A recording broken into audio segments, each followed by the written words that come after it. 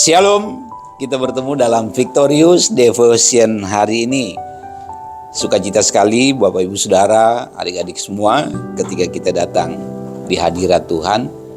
Kita bawa seluruh hidup kita kepada Tuhan sebagai tanda bahwa kita sepenuhnya bergantung dan berharap hanya kepada Tuhan.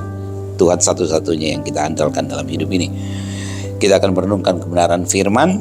Sebelumnya saya ajak kita bersatu dalam doa, kita berdoa. Bapa di surga, terima kasih, kami bersyukur untuk hari ini.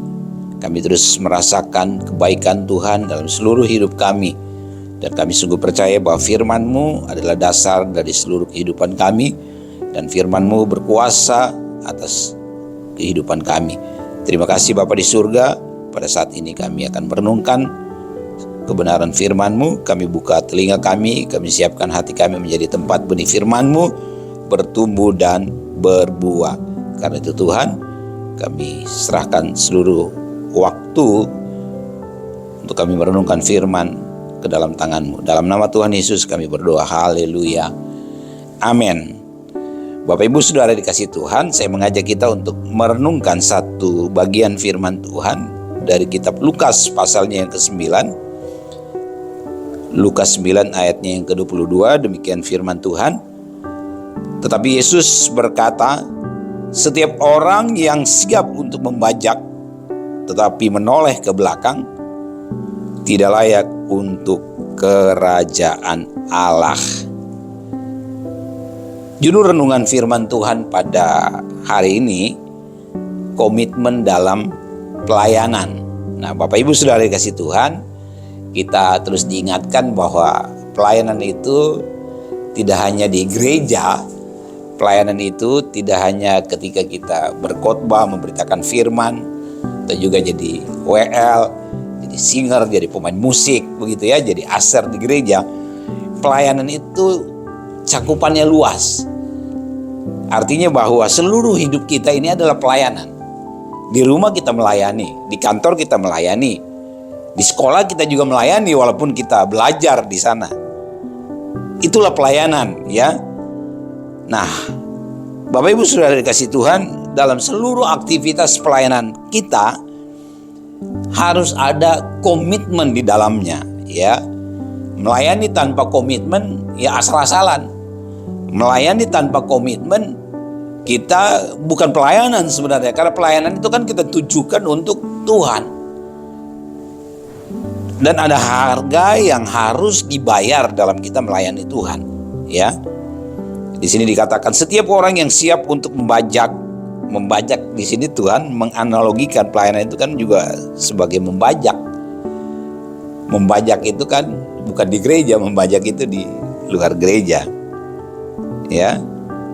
Tetapi menoleh ke belakang tidak layak untuk kerajaan Allah. Nah, komitmen sejati dalam pelayanan menuntut fokus dan ketekunan sampai akhir. Ketika kita sadar bahwa hidup ini adalah pelayanan, ya kita harus punya komitmen sejati dalam pelayanan itu. Dan itu harus benar-benar fokus dan kita tuntaskan, kita selesaikan, kita tekuni sampai akhir hidup kita. Nah, pelayanan bukan sekedar momen, tetapi perjalanan kita seumur hidup, ya. Di sini artinya bahwa melayani itu bukan pada saat hanya kita di gereja ambil bagian dalam pelayanan di gereja, atau mungkin ada sebuah kepanitiaan, ada bakti sosial, ada event-event tertentu. Bukan hanya itu Bapak Ibu Saudara dikasih Tuhan, tapi itu adalah sebuah perjalanan hidup kita seumur hidup, ya. Karena itu Bapak Ibu, dalam melayani kita harus punya satu prinsip, tidak akan pernah menyerah.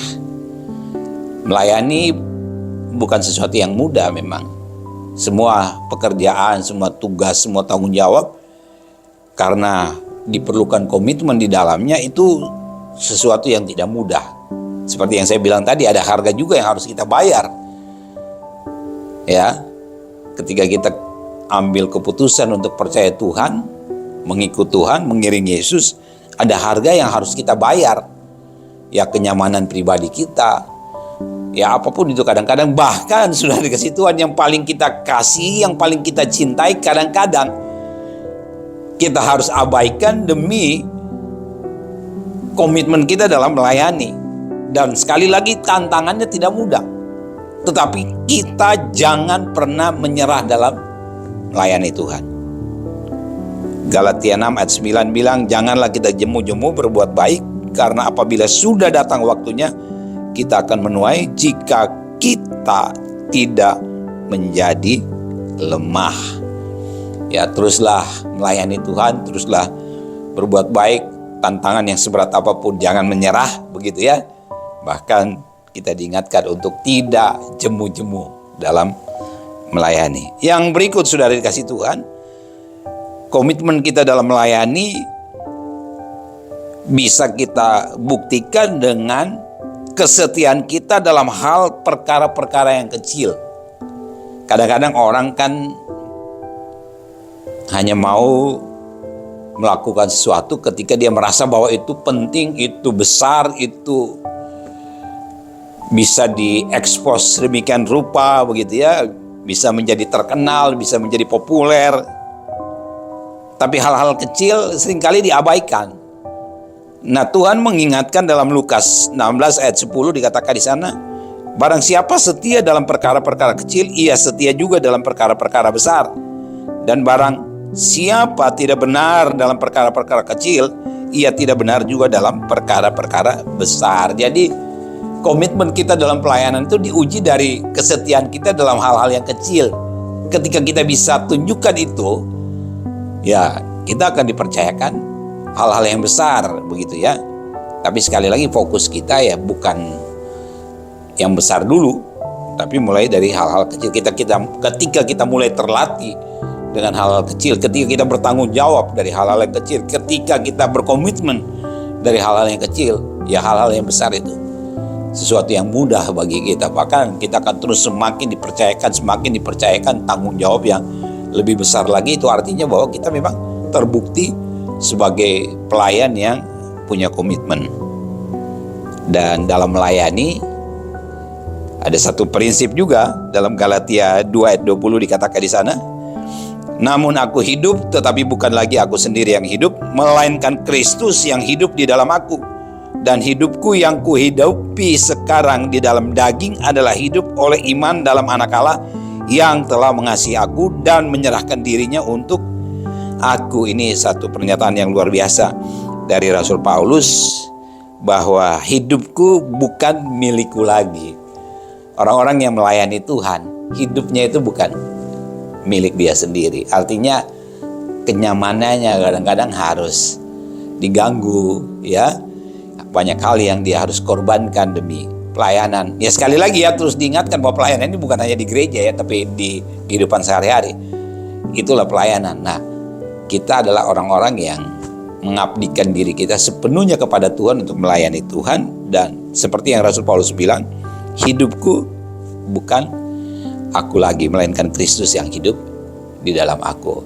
Saya percaya ketika ini kita lakukan, hidup kita akan berdampak, hidup kita akan jadi berkat, hidup kita akan bermakna, ya. Bukan hanya untuk orang lain, bukan hanya buat sesama kita, tapi pasti Tuhan disenangkan ketika kita punya komitmen ini dalam melayani.